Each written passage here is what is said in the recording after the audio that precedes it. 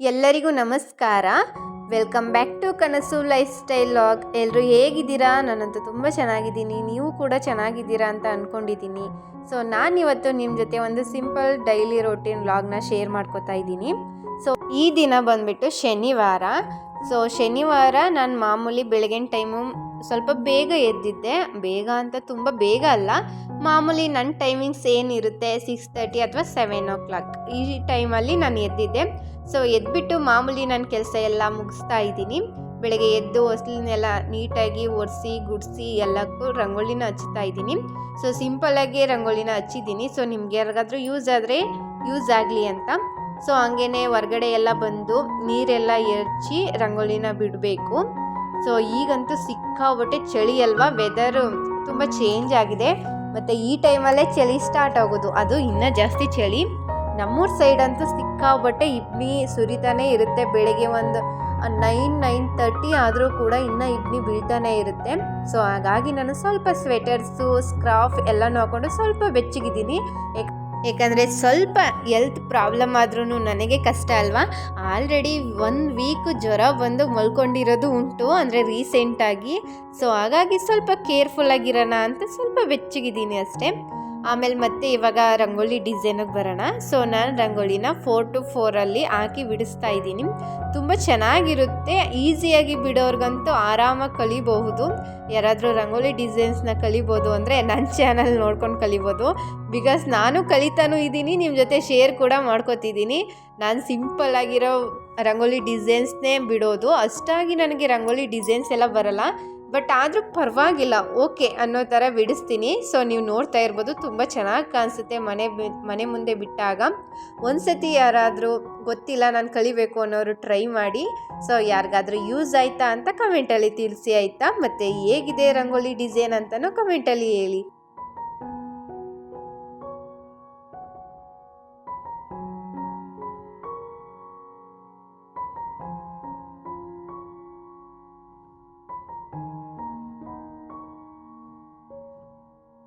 ಹಾಗೆಯೇ ರಂಗೋಲಿ ಡಿಸೈನ್ಸ್ ಎಲ್ಲ ಬಿಟ್ಟು ಮುಗ್ದಾದ್ಮೇಲೆ ಮತ್ತೆ ಮನೆ ಕೆಲಸ ಏನೇನಿರುತ್ತೆ, ಸಣ್ಣ ಪುಟ್ಟ ಕೆಲಸ, ಮತ್ತು ನನ್ನ ಪರ್ಸ್ನಲ್ ಕೆಲಸಗಳಿಗೆ ಏನೇನಿರುತ್ತೆ ದಿನನಿತ್ಯದ್ದು, ಸೊ ಅದನ್ನೆಲ್ಲ ಮುಗಿಸ್ಕೊಂಡಿದ್ದೀನಿ. ಇವಾಗ ಬಂದುಬಿಟ್ಟು ಸ್ನಾನಕ್ಕೆ ಅಂತ ನೀರನ್ನ ಕಾಯಿಸೋಣ ಅಂತ ಬಂದಿದ್ದೀನಿ. ಸೊ ಇವಾಗ ಕಾಯಿಸ್ತಿದ್ದೀನಿ ಬಿಕಾಸ್ ನಮ್ಮ ಮನೇಲಿ ಶನಿವಾರ ವಾರ ಮಾಡೋದ್ರಿಂದ ನಾವು ಸ್ನಾನ ಮಾಡಿ ಧೂಪ ಎಲ್ಲ ಹಾಕಬೇಕಿತ್ತು. ಸೊ ನಮ್ಮ ಮಾಮದ ಸ್ನಾನ ಮಾಡಿ ಧೂಪ ಎಲ್ಲ ಮಾಡ್ತಾರೆ, ಪ್ರತಿ ಶನಿವಾರ ಮಿಸ್ ಮಾಡೋದಿಲ್ಲ. ಸೊ ಹಾಗಾಗಿ ಅವ್ರಿಗೆ ನೀರು ಕಾಯಿಸ್ಬಿಡೋಣ ಬೇಗ ಅಂತ ಅವ್ರಿಗೆ ನೀರು ಕಾಯಿಸ್ದೆ ಫಸ್ಟ್ ಬಂದುಬಿಟ್ಟು. ಆಮೇಲೆ ಸ್ವಲ್ಪ ಬಟ್ಟೆ ಎಲ್ಲ ವಾಶ್ಗೆ ಹಾಕಬೇಕಿತ್ತು. ನಾನು ಇನ್ನೊಂದು ಕಡೆ ತಿಂಡಿಗೆ ರೆಡಿ ಮಾಡಬೇಕು, ಇಲ್ಲ ಮತ್ತೊಂದು ಎಕ್ಸ್ಟ್ರಾ ಕೆಲಸ ಮಾಡಬೇಕು ಅಂದರೆ ಇದೊಂದು ಬ್ಯಾಲೆನ್ಸ್ ಉಳ್ಕೊಬಿಡುತ್ತೆ ಅಲ್ವಾ. ಸೊ ಹಾಗಾಗಿ ನಾನು ಜೊತೆಗೇ ಕೆಲಸನ ಸ್ಟಾರ್ಟ್ ಮಾಡ್ಕೋತೀನಿ. ಒಂದು ಕಡೆ ವಾಷಿಂಗ್ ಮಿಷಿನ್ಗೆ ಬಟ್ಟೆ ಎಲ್ಲ ಹಾಕ್ತೀನಿ, ಮತ್ತು ಇನ್ನೊಂದು ಕೆಲಸ ಮತ್ತೆ ಏನಿದೆ ಅದನ್ನು ನಾನು ಮಾಡ್ಕೋತೀನಿ. ಸೊ 2 ಅಟ್ ಟೈಮ್ ಆಗುತ್ತೆ, ಅಂದರೆ ಟಿಫನ್ ಕೂಡ ಆಗಿರುತ್ತೆ ಮತ್ತು ಬಟ್ಟೆ ಕೂಡ ವಾಶ್ ಆಗಿರುತ್ತೆ. ಸೊ ಸೇಮ್ ಟೈಮಲ್ಲಿ ನಾನು ಪಾತ್ರೆ ಕೂಡ ವಾಶ್ ಮಾಡಿಕೊಂಡು ಮತ್ತು ಬಟ್ಟೆ ಕೂಡ ಒಣಗಾಕ್ಬಿಡ್ತೀನಿ. ಸೊ ಕರೆಕ್ಟಾಗಿ ಟೈಮ್ನ ಬ್ಯಾಲೆನ್ಸ್ ಮಾಡಿಕೊಂಡ್ರೆ ಪಟಾಪಟ್ ಅಂತ ಕೆಲಸ ಬೇಗ ಮುಗಿಯುತ್ತೆ. ಸೊ ಹಾಗಾಗಿ ಮತ್ತು ಇವಾಗ ನಾನು ರೆಸಿಪಿ ವ್ಲಾಗ್ನ ನಿಮ್ಮ ಜೊತೆ ಶೇರ್ ಮಾಡ್ಕೊತಾ ಇದ್ದೀನಿ. ರೆಸಿಪಿ ಬಂದ್ಬಿಟ್ಟು ಇವತ್ತು ಇಡ್ಲಿ, ಟೊಮೊಟೊ ಗೊಜ್ಜು, ಹಾಗೆಯೇ ಚಟ್ನಿ ಮಾಡಿದ್ದೆ. ಸೊ ತುಂಬ ಚೆನ್ನಾಗಿ ಬಂದಿತ್ತು.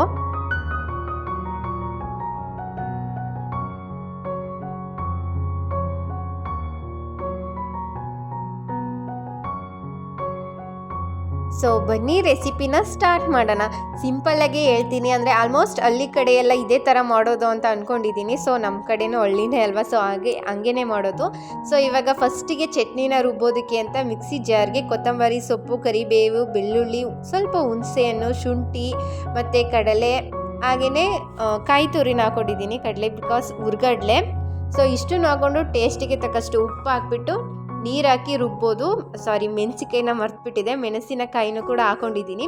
ಸೊ ಇದನ್ನು ಪೇಸ್ಟ್ ಮಾಡ್ಕೊಬಂದರೆ ಚಟ್ನೀಸ್ ರೆಡಿ. ಬೇಕು ಅಂದರೆ ಇದಕ್ಕೆ ಒಗ್ಗರಣೆ ಕೂಡ ಕೊಟ್ಕೋಬೋದು, ತುಂಬ ಟೇಸ್ಟಾಗಿ ಬರುತ್ತೆ. ಬೇಡ ಅಂದರೆ ಸೇಮ್ ನಾರ್ಮಲಾಗಿ ಇಟ್ಕೋಬಹುದು.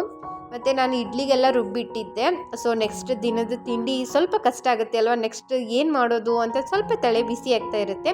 ಅಂದರೆ ಆಲ್ಮೋಸ್ಟ್ ಸ್ವಲ್ಪ ವೆರೈಟಿ ತಿನ್ನೋರ್ಗಂತೂ ತುಂಬ ಈಸಿ. ಬಟ್ ಈ ವಿಲೇಜ್ ಟೈಪಲ್ಲೆಲ್ಲ ಸ್ಟಿಕ್ ಆಗಿಬಿಟ್ಟಿರುತ್ತೆ ಇದೇ ತಿಂಡಿಗೆ ಅಂತ. ಸ್ವಲ್ಪ ಸ್ಪೆಷಲ್ ಮಾಡಿದ್ರೂ ಅವ್ರಿಗೆ ಅಡ್ಜಸ್ಟ್ ಆಗಲ್ಲ, ಮತ್ತು ಸ್ವಲ್ಪ ಕೆಲಸ ಎಲ್ಲ ಮಾಡೋರ್ಗಂತೂ ಅದು ಹೊಟ್ಟೆ ತುಂಬ್ದಂಗೆ ಅನಿಸಲ್ಲ. ಅಂದರೆ ಸಿಂಪಲ್ಲಾಗಿರೋ ತಿಂಡಿಗಳು ಮಾಡ್ಕೋತೀವಿ ಅಲ್ವಾ, ಸೊ ಆ ಥರ ಸ್ವಲ್ಪ ನಮ್ಮ ಕಡೆ ಎಲ್ಲ ಹೊಟ್ಟೆ ತುಂಬ ಅಷ್ಟು ತಿಂಡಿನೇ ಮಾಡಬೇಕು. ಸೊ ಹಾಗಾಗಿ ನಾನು ಇಡ್ಲಿಗೆ ನೆನೆಸಿಟ್ಟಿದ್ದೆ, ಅದನ್ನೆಲ್ಲ ರುಬ್ಬಿ ಇವಾಗ ಇಡ್ಲಿ ಮಾಡ್ತಾಯಿದ್ದೀನಿ. ಮತ್ತು ಸೇಮ್ ಅಟ್ ಎ ಟೈಮ್ 2 ಕೆಲಸ ಮಾಡ್ಕೋತಾ ಇದ್ದೀನಿ. ಆ ಕಡೆ ಇಡ್ಲಿಗೆಲ್ಲ ಅದನ್ನೆಲ್ಲ ಸ್ವಲ್ಪ ಕ್ಲೀನ್ ಮಾಡಿ ಅದಕ್ಕೆಲ್ಲ ಎಣ್ಣೆ ಹಚ್ಚಿ ಇಡ್ಲಿ ಹಿಟ್ಟನ್ನೆಲ್ಲ ಹಾಕಿ ಬೇಯಕ್ಕೆ ಇಟ್ಟಿದ್ದೀನಿ. ಸೊ ಆ ಕಡೆ ಬೆಂದರೆ ಈ ಕಡೆ ನಾನು ಗೊಜ್ಜನ್ನು ರೆಡಿ ಮಾಡ್ಕೋಬಹುದು ಅಂತ. ಈ ಗೊಜ್ಜಂತೂ ಸಿಕ್ಕಾಬಟ್ಟೆ ಫೇವ್ರೇಟು ನನಗಂತೂ.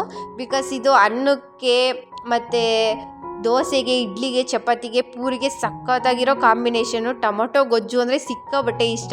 ಅಂದರೆ ಒಬ್ಬೊಬ್ಬರು ಒಂದೊಂದು ಥರ ಮಾಡ್ಬೋದು ಇದನ್ನು, ಬಟ್ ನಾನೇ ಅಂತಲ್ಲ, ಆಲ್ಮೋಸ್ಟ್ ವಿಲೇಜ್ ಸೈಡೆಲ್ಲ ಇದೇ ಥರ ಮಾಡೋದು ಅಂತ ನಾನು ಅಂದ್ಕೊಂಡಿದ್ದೀನಿ. ಒಬ್ಬೊಬ್ಬರು ಟೊಮೊಟೊನ ರುಬ್ಬಿಟ್ಟು ಕೂಡ ಮಾಡ್ತಾರೆ ಅಲ್ವಾ, ಸೊ ಹಾಗಾಗಿ ಹೇಳಿದೆ ಅಷ್ಟೇ. ಮತ್ತು ಇವಾಗ ಒಗ್ಗರಣೆಗೆ ಅಂತ ನಾನು ಕಡಲೆಬೇಳೆ, ಸಾಸಿವೆ ಮತ್ತು ಒಗ್ಗರಣೆಗೆ ಬೇಕಾಗಿರೋ ಕಟ್ ಮಾಡಿ ಇಟ್ಕೊಂಡಿದ್ನಲ್ಲ ಈರುಳ್ಳಿ, ಮೆಣಸಿನಕಾಯಿ, ಕೊತ್ತಂಬರಿ ಸೊಪ್ಪು ಮತ್ತು ಕರಿಬೇವು ಸೊಪ್ಪು ಇಷ್ಟನ್ನು ಹಾಕ್ಕೊಂಡು ಒಗ್ಗರಣೆ ಕೊಟ್ಕೊಂಡೆ. ಆಮೇಲೆ ಕಟ್ ಮಾಡಿ ಇಟ್ಕೊಂಡಿರೋ ಟೊಮೊಟೊ ಕೂಡ ಹಾಕ್ಕೊಂಡು ಅದು ತುಂಬ ಸಾಫ್ಟಾಗಿ ಬೇಯೋ ಥರ ಬೇಯಿಸ್ಕೊತೀನಿ. ನೀವು ನೋಡ್ತಾ ಇರ್ಬೋದು ತುಂಬ ಚೆನ್ನಾಗಿ ಬೆಂದಿದೆ. ಸ್ವಲ್ಪ ಸಾಲ್ಟ್ ಹಾಕಿದ್ರೆ ಸಿಕ್ಕಾಬಟ್ಟೆ ಸಾಫ್ಟಾಗಿ ಬೇಯುತ್ತೆ. ಒಂದ್ಸತಿ ಟ್ರೈ ಮಾಡಿ ನೋಡಿ ಈ ಟಿಪ್ನ. ಸೊ ಅದಾದಮೇಲೆ ಇವಾಗ ನಾನು ಟೇಸ್ಟಿಗೆ ಅಂತ ಸಾಂಬಾರು ಪುಡಿ ಹಾಗೆಯೇ ಅಚ್ಕಾರದ ಪುಡಿನ ಹಾಕಿದ್ದೀನಿ. ಟೇಸ್ಟಿಗೆ ತಕ್ಕಷ್ಟು ಉಪ್ಪನ್ನು ಹಾಕ್ಕೊಂಡಿದ್ದೀನಿ. ಸೊ ಇದನ್ನು ಹಾಕ್ಕೊಂಡು ಜಸ್ಟ್ ಇಷ್ಟೇ ಸಾಕು, ತುಂಬ ಚೆನ್ನಾಗಿ ಟೊಮೊಟೊ ಗೊಜ್ಜು ಬರುತ್ತೆ. ಸ್ವಲ್ಪ ಹುಳಿ ಏನಾದ್ರು ಇದ್ದರೆ ಸ್ವಲ್ಪ ಬೆಲ್ಲನ ಇಟ್ಕೊಬಿಡಿ, ಆವಾಗ ಸ್ವಲ್ಪ ಬ್ಯಾಲೆನ್ಸ್ ಆಗೋಗ್ಬಿಡುತ್ತೆ, ಸರಿ ಆಗುತ್ತೆ ಗೊಜ್ಜು, ತುಂಬ ಚೆನ್ನಾಗಿ ಬರುತ್ತೆ. ಸೊ ತುಂಬ ಚೆನ್ನಾಗಿ ಬೆಂದಿದೆ. ನಿಮ್ಗೆ ಯಾವ ಥರ ತಿಕ್ನೆಸ್ ಬೇಕು ಆ ಥರ ನೋಡಿಕೊಂಡು ಆಮೇಲೆ ಲಾಸ್ಟಲ್ಲಿ ನೀವು ಸ್ವಲ್ಪ ಕಾಯಿ ತುರಿನ ಹಾಕ್ಕೊಳ್ಳಿ. ಬೇಕು ಅಂದರೆ ಹಾಕೋಬೋದು, ಬೇಡ ಅಂದರೆ ಸ್ಕಿಪ್ ಮಾಡಿ. ಮತ್ತು ಕೊತ್ತಂಬರಿ ಸೊಪ್ಪನ್ನ ಹಾಕಿ ಅದನ್ನು ಸ್ವಲ್ಪ ಚೆನ್ನಾಗಿ ಹುರ್ಕೊಂಡು ಒಂದು ಕುದಿ ಬರೋ ಅಷ್ಟು ಕುದಿಸಿದ್ರೆ ಸಾಕು. ಟೊಮೊಟೊ ಗೊಜ್ಜು ಸಖತ್ತಾಗಿ ರೆಡಿಯಾಗಿರುತ್ತೆ. ನೀವು ನೋಡ್ತಾ ಇರ್ಬೋದು ತುಂಬ ಚೆನ್ನಾಗಿದೆ. ನಿಮ್ಗೇನಾದ್ರು ತುಂಬ ತೆಳ್ಳಗೆ ಬೇಕು ಅಂದರೆ ಸ್ವಲ್ಪ ನೀರನ್ನು ಹಾಕ್ಕೊಂಡು ಆ್ಯಡ್ ಮಾಡ್ಕೊಳ್ಳಿ. ಸ್ವಲ್ಪ ತಿಕ್ಕಾಗೆ ಬೇಕು ಅಂದರೆ ಆ ಥರ ಮಾಡಿ ಇಟ್ಕೋಬೋದು. ಸೊ ಇಡ್ಲಿ ಕೂಡ ಒಂದು ಸೈಡು ಬೆಂದಾಗಿತ್ತು, ಮತ್ತು ಇನ್ನೊಂದು ಸೈಡ್ ಬೇಯಿಸ್ಕೋಬೇಕಿತ್ತು, ಅದನ್ನು ಹಂಗೆ ಇಟ್ಟಿದ್ದೀನಿ.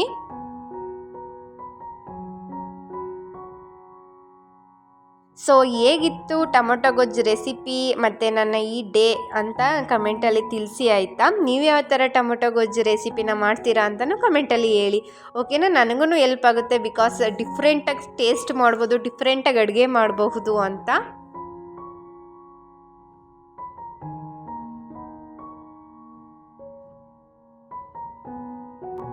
ಬೆಳಗಿನ ತಿಂಡಿ ಆದಮೇಲೆ ಸ್ವಲ್ಪ ಸಣ್ಣ ಪುಟ್ಟ ಕೆಲಸ ಎಲ್ಲ ಇತ್ತು. ಸೊ ಅದನ್ನೆಲ್ಲ ಮುಗಿಸ್ಕೊಂಡಾದಮೇಲೆ ಮಧ್ಯಾಹ್ನದ ಊಟ ಕೂಡ ಆಯಿತು. ನಾನೇನು ವೀಡಿಯೋನ ಕಂಟಿನ್ಯೂ ಮಾಡೋಕ್ಕೆ ಹೋಗಲಿಲ್ಲ.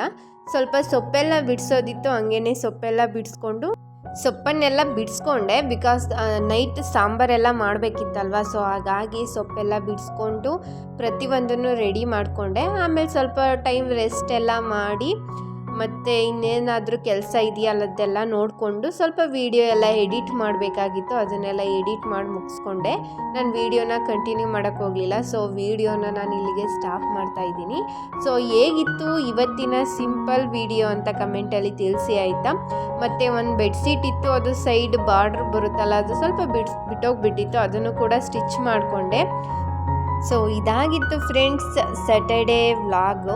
ಸೊ ಆ ದಿನ ನನ್ನ ಡೇ ರೋಟೀನ್ ಆ ಥರ ಇತ್ತು. ಸೊ ಅದನ್ನು ನಿಮ್ಮ ಜೊತೆ ಶೇರ್ ಮಾಡ್ಕೊಂಡಿದ್ದೀನಿ. ಹೇಗಿತ್ತು ಏನು ಅಂತ ಕಮೆಂಟಲ್ಲಿ ತಿಳಿಸಿ. ಮತ್ತು ಯಾರೆಲ್ಲ ನನ್ನ ಚಾನಲ್ನ ಹೊಸ್ದಾಗಿ ನೋಡ್ತಿದ್ದೀರಾ ಪ್ಲೀಸ್ ಸಬ್ಸ್ಕ್ರೈಬ್ ಮಾಡ್ಕೊಂಡು ವೀಡಿಯೋನ ನೋಡಿ ಆಯಿತಾ. ಮತ್ತು ನಿಮಗೇನಾದರೂ ಈ ವಿಡಿಯೋ ಇಷ್ಟ ಆದರೆ ಪ್ಲೀಸ್ ಲೈಕ್ ಮಾಡಿ, ಶೇರ್ ಮಾಡಿ ಮತ್ತು ಕಮೆಂಟ್ ಮಾಡಿ ಅಂತ ಹೇಳ್ತೀನಿ. ಸೊ ಸಿಗ್ತೀನಿ ನೆಕ್ಸ್ಟ್ ವೀಡಿಯೋದಲ್ಲಿ. Thanks for watching my video.